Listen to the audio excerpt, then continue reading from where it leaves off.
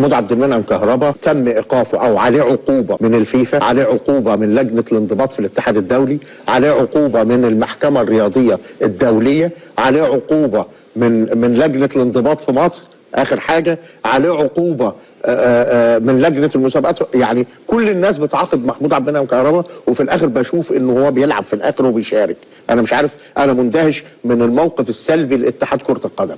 اتحاد الكره المفروض بينفذ العقوبات اللي بتبقى موجوده. اتحاد الكره لازم يبقى راعي للقيم والمبادئ.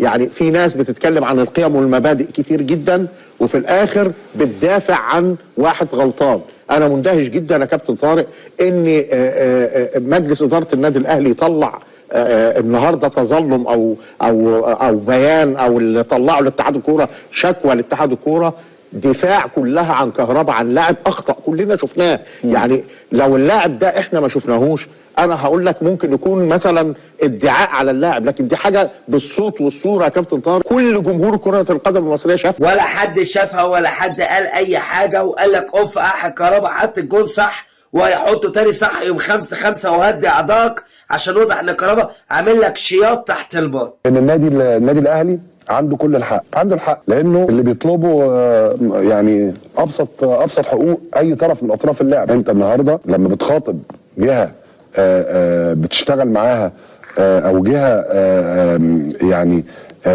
مفروض ان الطبيعي زي ما قلت لحضراتكم ان يكون في رد، ايا كان ايه هو الرد، بس في احترام ان انت بترد على الناس اللي بتخاطبك بخطابات رسميه.